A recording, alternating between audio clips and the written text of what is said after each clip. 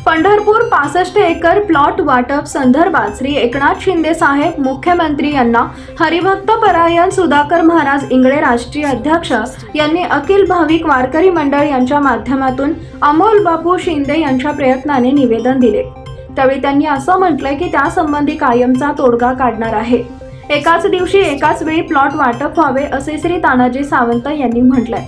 त्याप्रमाणे त्यांना लेखी निवेदन देण्यात आलंय।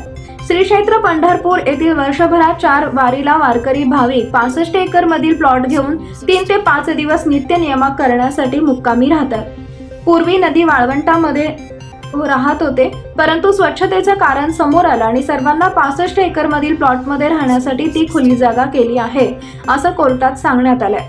पण 65 एकर मधील प्लॉट घेण्यासाठी वारकरी भाविकांना खूप त्रास सहन करावा लागत आहे। प्रत्येक वारीला प्लॉट घेण्यासाठी नवीन स्वतंत्र अर्ज करावा लागत आहे। प्रत्येक वारीला 65 एकर मध्ये दिंडी वेगवेगळी असते।